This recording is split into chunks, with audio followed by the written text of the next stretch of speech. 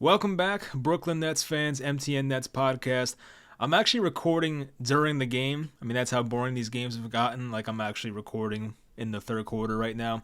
They're down by like 14, 16, so it's probably over. But if they make some type of crazy comeback, I'll definitely react to the game more so at the end of this video. But really, what I wanted to touch on today was this team needs a direction, obviously. We've said this for months. But in particular, I think they need to rebuild. I'm trying to think of ways that this Nets team can quote unquote salvage what they have. And I'm not saying it's impossible. Playing in Brooklyn is pretty intriguing based on the location, obviously. But at the same time, you look at the current situation this team's in, not owning their own draft pick till 2028, and the deficiencies on this roster, and this team is now, I think, 4 games out of the Cam Thomas 3-pointer, down by 11. All right, we're coming back. But we're down by 4 games from the play-in. And I mean, the Eastern Conference sucks, and there's no excuse for. I know Ben Simmons has been out for most of the year, and that was not expected. But shame on Sean Marks and the Nets for even having any ounce of hope that he was going to last the full season, because we knew who Ben Simmons was coming into this year. Me personally, I did have some hope he would last over 40, 50 games, but even I'm a fool for that. But I don't know how the man in the general manager chair is relying on Ben Simmons to last the full season. That was not going to happen. It was very unlikely. So I tweeted the other day how it's not funny, but it kind of is. Because I do feel bad for Ben Simmons, the person. You never want to see somebody, have back issues and go through surgeries and whatnot. But the fact of the matter is that Ben Simmons has as many back surgeries as 20-point games since joining the Brooklyn Nets. So he had his 2 20-point games last season, probably during that November stretch when he looked okay for 5 games. And then he had the back surgery at the end of the 22 season, and then had another smaller back surgery in the last few days. So it's sad what's happened here, but anyway, yeah, Eastern Conference is terrible. The Nets are not even in the play-in, and it's just bad. Like, I don't care how many injuries you have. You should not be trailing teams like the Chicago Bulls, who have lost Zach LaVine for pretty much the entire year. The Hawks have not had Trae Young for probably almost a month at this point, and the Hawks are still, kind of pulling away from us. They're now 4 games up. At one point, the Nets were down by 2 games to them.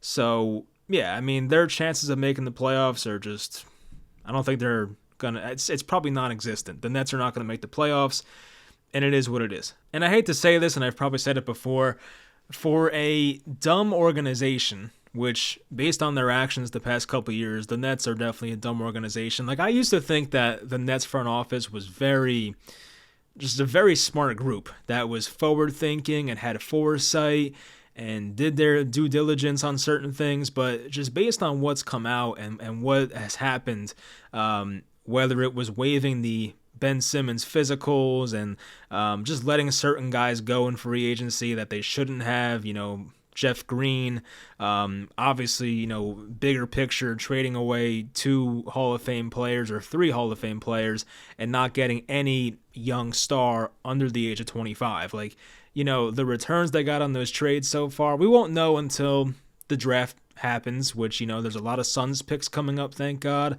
There's a Mavericks pick coming up. There's a Sixers pick, I believe, in 2028 or something. So we don't know the full details of the the big 3 trades, but for what we see right now on the court, the return has not been worth what, how good those guys are.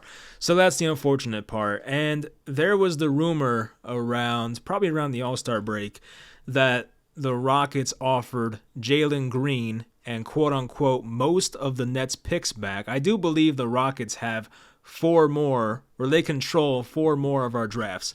So 2 of those years are swaps, and 2 of those years the Rockets just outright own our first-round pick. And I believe, based on how, I think it was Brian Lewis or Scotto, one of those guys, based on how they worded that, they said that the Rockets offered Jalen Green and most of the Nets picks back. So whether that was 2 of the 4 remaining picks or 3 of the remaining 4 picks, the truth is it seems like this team passed on a trade that would have sent Mikal Bridges to Houston for Jaylen Green and 2 or 3 first-round picks back that, of course, originally belonged to the Nets before the James Harden trade was made. So if you've watched Jaylen Green lately, if you've seen the stats, he has been just breaking out. I mean, the guy won Western Conference Player of the Week this past week. I'm looking today.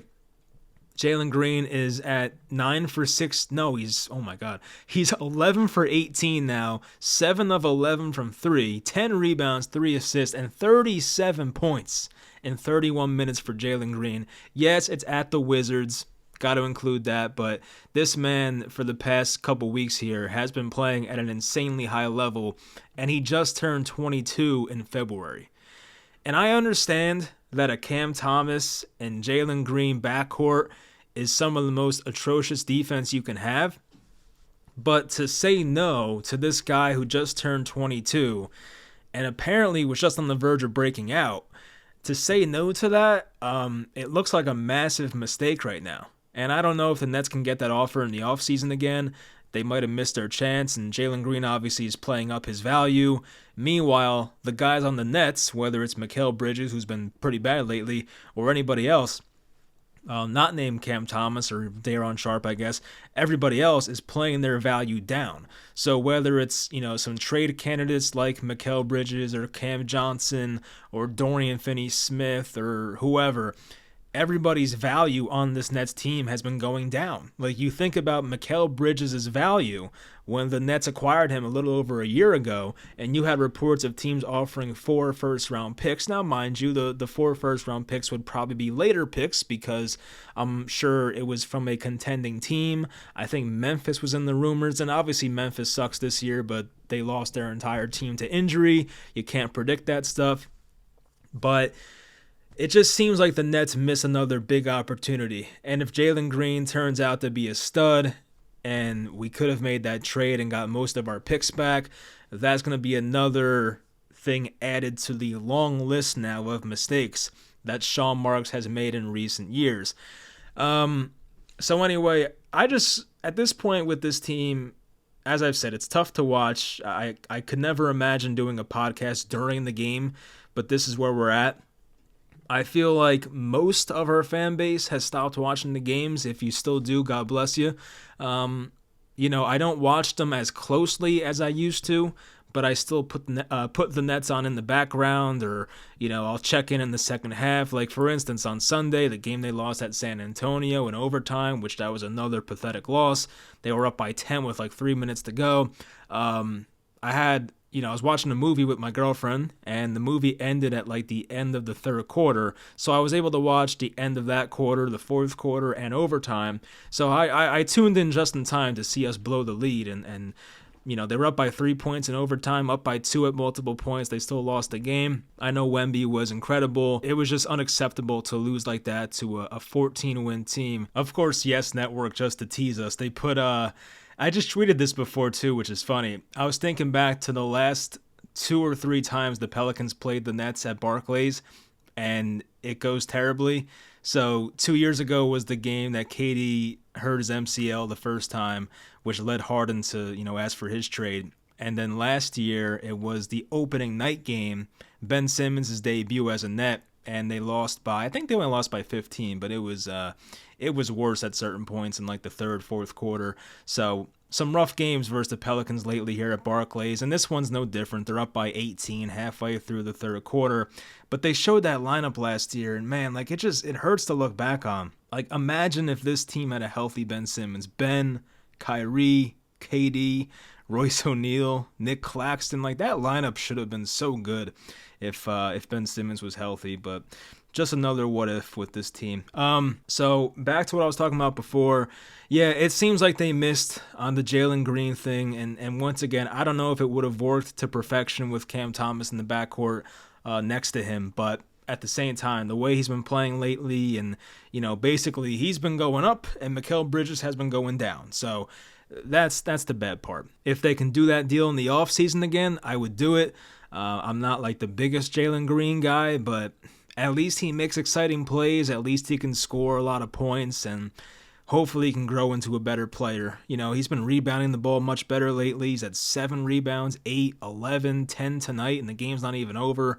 So he's been doing better overall. And if you can get your hands on him, once again, a 22-year-old who has 1 year on his deal after this, you would have to extend him in 2 summers from now, but still, that's something worth taking a shot on, in my opinion, because I think about what are the other options for this team, and this is probably what they're going to do. They can trade most of their picks, which I don't really want to do. Like, I want to keep those Suns picks. Like, if I'm a Suns fan, I wouldn't like the way my team is looking for the future. You look at what the Suns do, and they've had their big three for, I think, 30-plus games now. And even when they play together, they're not that impressive of a team. So the Nets have the Phoenix first-round pick in 2025, in 2027, 2029.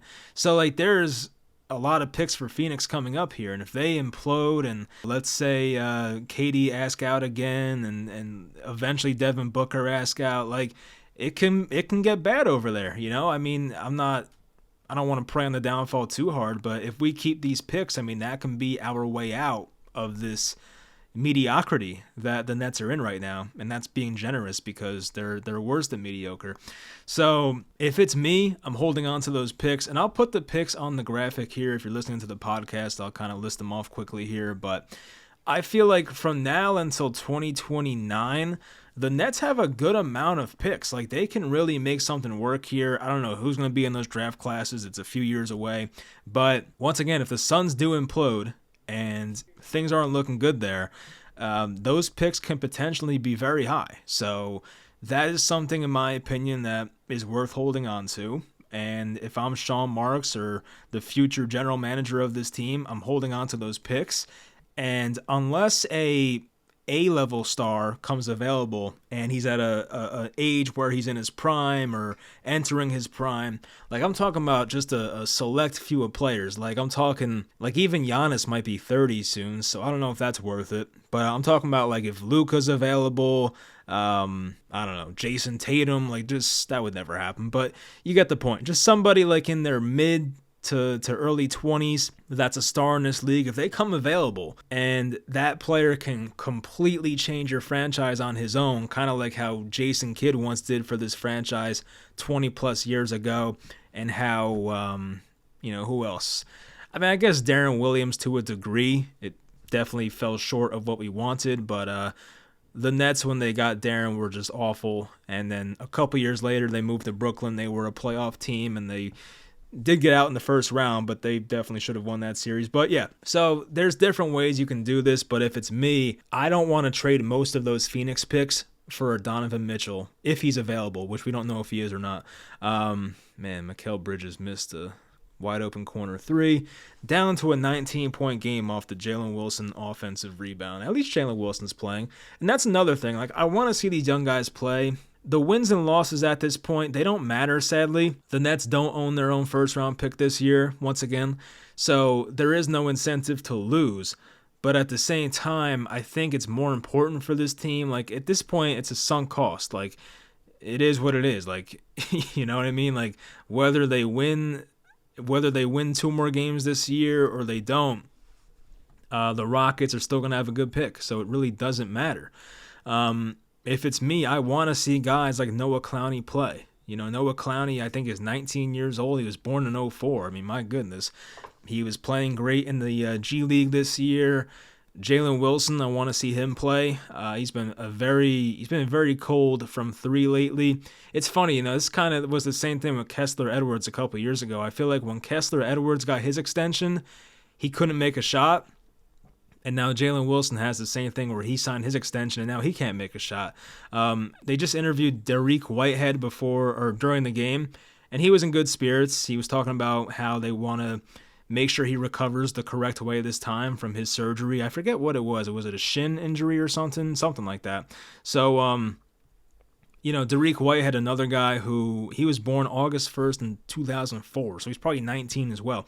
So another guy who is just crazy young, and I'm just looking forward to his future if he can stay healthy. It's kind of like the Karis LeVert situation. It took him a bit to get going, but once he did, Karis is still a pretty good player. He had 30 points and 11 rebounds the other night. So, hopefully Dariq Whitehead can turn into something like that. And I pull up Jaylen Green's last 10 games. He's averaging 24 points, 5 rebounds, 3 assists in the last 10 games. So it's just disappointing. And I do think if we did get Jalen Green, it would kind of remind me in a way of the D'Angelo Russell trade back in 2018, 17. I think it was the summer of 17 when we got him. I'm pretty sure. But it kind of reminds me of that. Like when we got D'Angelo, he was like 21, 22.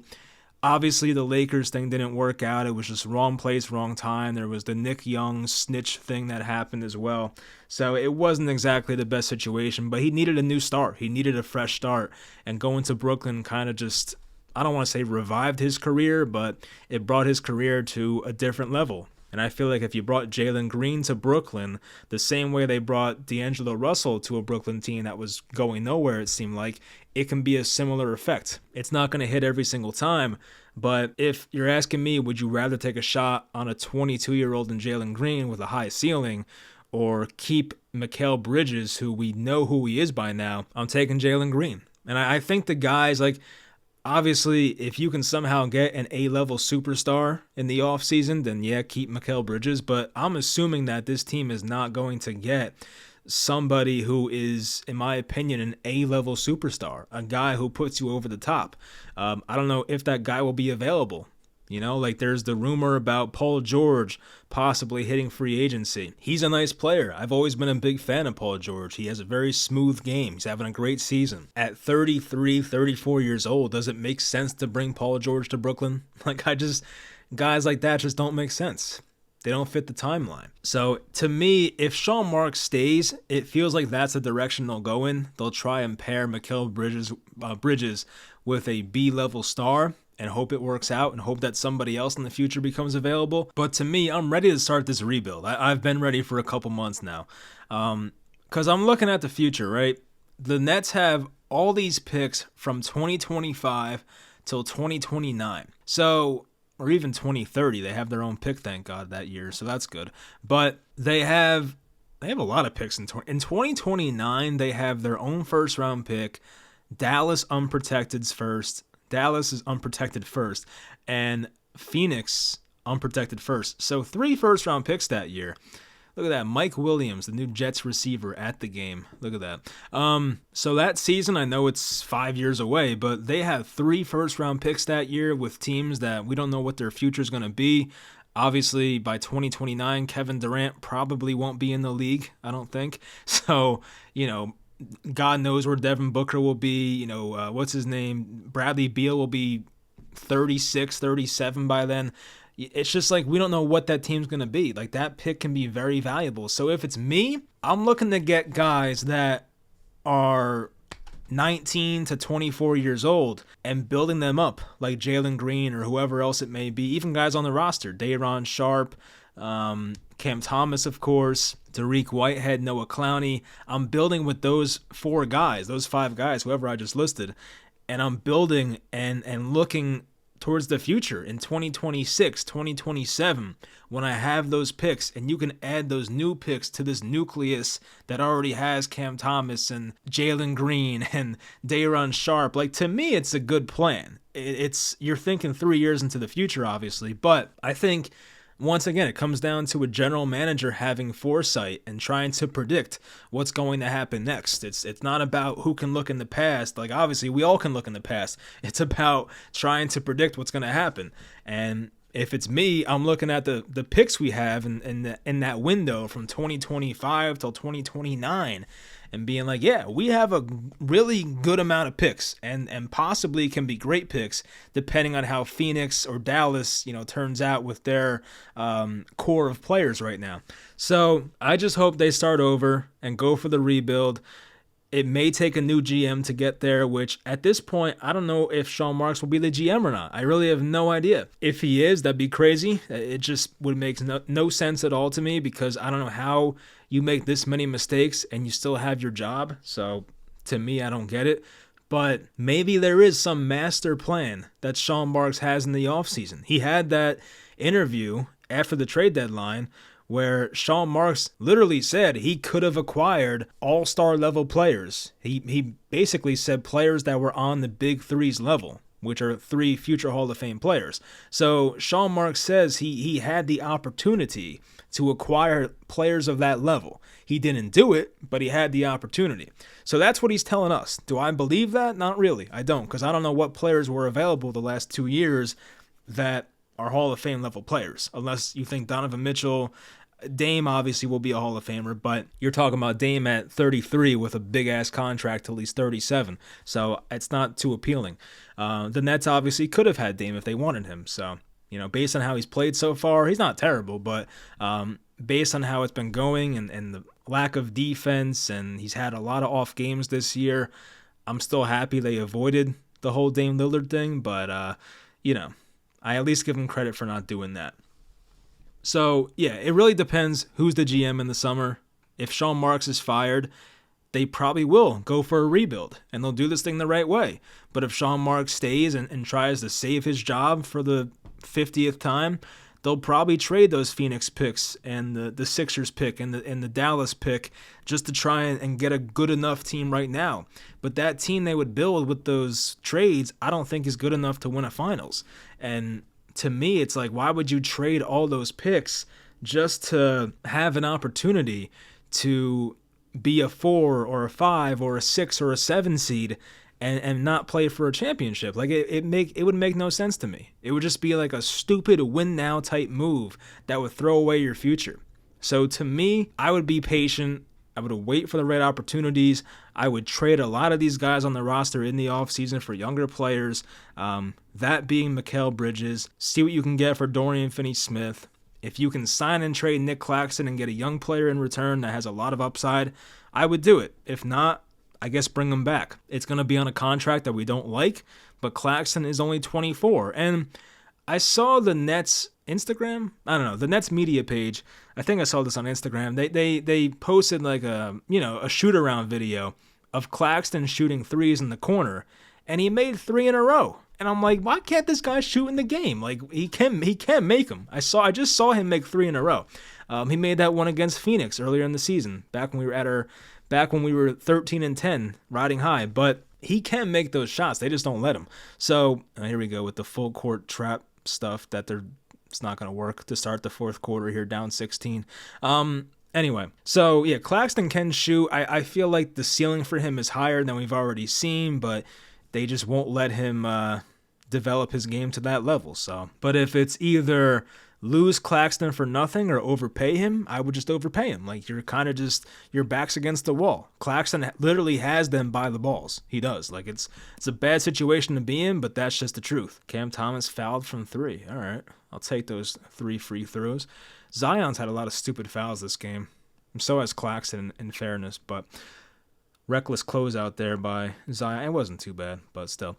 I would try to look to trade Cam Johnson, who I think Cam Johnson on the right team would be a fine player. I really do. Like, I know with Brooklyn, especially the clutch shooting, which he did miss a clutch shot against the Spurs that would have sent it to double overtime, I think.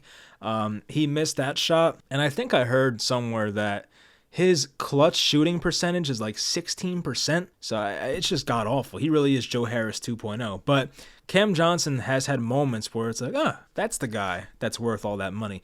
It doesn't happen too often, but it's there. Cam Thomas, 6 straight 20-plus point games. That's nice. Career-long streak. He's been great. Since coming back from the injury, Cam Thomas has been amazing. Definitely the Nets' best player. That's no debate right now. And I don't know what Mikal Bridges' problem is. People try to dive into this thing from like a psychological level.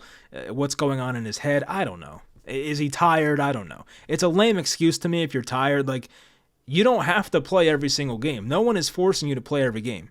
He just wants to play to keep that streak going, which I respect it, right? It's a great thing, especially nowadays. If it's hurting your body that much to play every game, now this trap isn't working. Zion gets an easy layup. If if this whole playing every single game thing, I think tonight was his 500th consecutive game or some crazy ass number. If this thing is not working for you, then it's okay to take a break. Cam Johnson and one, nice. You're not a bad guy if you take a night off. It happens, right? I mean, I would honestly respect him for it. Like, hey, great streak, start a new one. I mean, we'll see how long this goes for. He played in FIBA, which was definitely probably not the right thing to do for him. And maybe he is tired now, but he's a pro athlete and he chooses to play all these games. So I personally don't want to hear it. If you're that messed up, if your legs are that heavy, that tired, then take a night off. Like, it's not the worst thing in the world. You're not going anywhere. This team sucks. So Cam Johnson, I would look to move him, obviously, if you can. I feel like his value may not be as low as Nets fans see it. I know he was on the Bill Simmons podcast. They did like a ranking of the worst contracts in the NBA.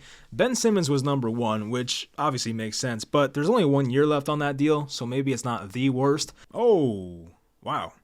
Zion just had a crazy alley-oop. It was not Anthony Edwards level from last night, but that was nice. Wow. Anyway, they were doing on the Bill Simmons podcast the ranking of the worst contracts in the NBA, and Cam for 3. Ooh, that would have been nice. They obviously put Ben Simmons number 1, which I don't think. I mean, obviously, I can't sit here and say that they're wrong, but Ben Simmons only has 1 year left after this year, as compared to like Jordan Poole, who just signed a 4-year deal. I think he's in the first year of that contract. So that's worse in my opinion. I'd rather have 1 year of Ben Simmons than 3 more years of Jordan Poole. So there are contracts I think are worse than Ben right now, but you get the point. Cam Johnson, though, he made that list. I think Cam's on a 4-year, it's either 84 or 94 million. I forget the exact number. Either way, it's a big amount. Man, Zion got so high there. Jeez. Like, Zion would be a nice guy to get for Brooklyn. I mean, our luck, he would come here and get fat and never play, but that's a guy with like a A-level star ceiling. Like, he is such a good player. But do the Pelicans shop him? I mean, I don't know. There might have been a time where they did, but lately he's been in much better shape. He's playing well. So I don't think right now is the time to do it. Like, look at this. He just takes it at Claxton, no problem. He did miss that, but still. He looks to be in great shape right now. So, yeah. I guess it depends what happens in the playoffs. I mean, that's the case for a lot of these teams that could trade players, whether it's, Mitchell and the Cavs or Anthony Towns and the T-Wolves. Like, I don't know. It just depends what happens in the playoffs.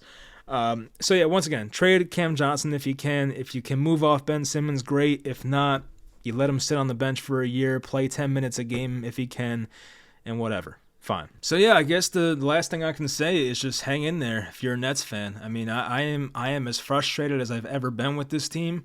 I've been here since the mid 2000s, since I was about 9-10 years old, and when I first started watching this team, they were exciting with Kid Carter Jefferson. And I've seen some bad seasons and I've seen terrible basketball, but it's just this feels worse because this was self-inflicted. I always go back to all they had to do was extend Kyrie, and they could have had a great team still, especially in an Eastern Conference that's not good. So that's the sad part. Like, to me, it's like the reason they suck right now is self-inflicted. It just comes down to the organization they were just kind of over the whole Kyrie thing, which I get. I understand it. But at the same time, like, I would not give up on that talent, especially when you don't have your own first-round pick till 2028. Like, you have to keep the talent in the building at that point. It just, to me, it made no sense. Now, maybe one day, those 2027, 28, 29 first-round picks hit, and it's all good, and I'll be regretting what I just said. But for right now, in the moment, it just looks like trading 7 and 11 last year was not the right move. I just gotta be honest. And the funny thing is, and it just adds to, they're doing the wave in Barclays Center right now. That's how bad. Oh my God, this is embarrassing. It really is embarrassing to be a fan right now. But the sad part is, and why I think this team is cursed, which there's a ton of examples as to why this organization's cursed. But KD this year in Phoenix, his first full year there, has already played more games in a season than he ever did in his 4 years in Brooklyn. I guess 3 years technically. Look at this. They're really doing the wave at a basketball game. I mean, I've been to Prudential Center a bunch of times. I've seen bad Nets basketball. I can't remember a wave in Brooklyn or New Jersey. Like, this is bad. My goodness. I mean, hey, I guess have fun if you're the fans, but this is embarrassing. And also Kyrie. Kyrie is on pace to play his most games. I'll look it up quickly. I might be wrong, but I think he's close to that number. Obviously, Kyrie, he missed a lot of time his first year with the shoulder surgery, and then he had the vaccine thing 2 years later. He played a lot of games in that shortened season, 2020 and 21. 54 games that year, so that was his most in a Nets uniform for a season. 54. He played 40 last year before the trade. Right now he's at 46. He needs 9 more games to pass his highest total as a Net, to play more games this season for the Mavericks than he ever did for Brooklyn. So yeah, it just comes down, like, this team is just cursed. It is what it is. Hey, Cam Johnson dunk. Look at that. Cuts the lead to 18. Chris Paul hits a big 3 to cut the lead to 38. So yeah, another example as to why this team's cursed. You know, you trade away all these Hall of Fame players, and then they go on to play their most games the year after they're traded. So we're used to it. It's sad, but it is what it is. But yeah, that's going to do it. Let me know in the comments, like, what do you want this team to do? What do you think they'll do? As I laid out, what I want is just to get young players, 24, 25 or younger, build around them, and just wait until that, 2026 through or 2025 through 2029 window, when you have all those picks, and really try to capitalize on, getting a superstar at that point, or just drafting with those picks and seeing what you can get. Like, they can really build something special here in the 2030s, which I know is thinking way ahead, but at the same time, like, there's not much to look forward to here. So they have the ammunition to do it. They just have to be patient. And what I think will happen is, if Sean Marks is still here, they'll probably trade most of those picks to get players like, Mitchell or Trae Young, or maybe they sign Paul George, which would be all right, because Paul George would be for free. Besides the money, it would cost a lot of money. But Paul George, you would not be giving up assets to get him, which is nice. Like, I would like that. It'd be a nice little consolation prize, I guess, for losing Kevin Durant. So yeah, maybe they sign Paul George, not the end of the world, whatever. But I just want to see a better team next year. And if it's not a better team, at least give me a younger team, a team that has a higher ceiling in the future. I don't want to watch a bunch of 27, 28-year-olds that already hit their peak, watching them play for nothing. Like, no offense to Cam Johnson or Bridges or DFS or whoever. You guys are either in your prime, or maybe for DFS getting out of your prime. Like, I know what you are. Like, I'm not interested. I'm not interested in seeing a bunch of guys that are, not going to get better at this point, playing for a 26 and 43 team. I don't enjoy it. Nobody does. Nobody can tell me with a straight face that they sit down and get excited to watch these Nets games. I just can't see it. So obviously, yeah, there's a lot of pissed off fans out there. I'm one of them. I must have tweeted at Joe Tsai like 50 times this season, maybe more. The guy hasn't blocked me yet, which I'm very shocked by, because I know he blocks a lot of Nets fans. Maybe I'm just lucky. But I don't know. I just hope they get it right. Whether it's a rebuild or they somehow pull off a miracle and trade for great players in the offseason, whatever it may be. But I have like this doom and gloom type vibe with this team. I just feel like it's going to be another year of this next year. They want to stay under that repeater tax, which I think they have to stay under that for one more year. So it might be a low spending year this summer, and they'll probably go all out for 2025, which is a good year for free agents, but it does mean that next year is going to be tough to watch. It's going to be another season just like this. It's going to be another bunch of guys, 27, 28-year-olds playing and probably struggling to get to 35 wins. Like, it's going to be tough. So it is what it is. So maybe by 2026, we'll have something to look forward to. But we'll see. Hope you guys enjoyed the video. Of course, leave a like and all that. Subscribe. And I'll talk to you guys next time. And by the way, they're probably going to lose this game, just to not leave you guys hanging. It's an 18-point lead for the Pelicans with 4 minutes to go. So, yeah, that's over.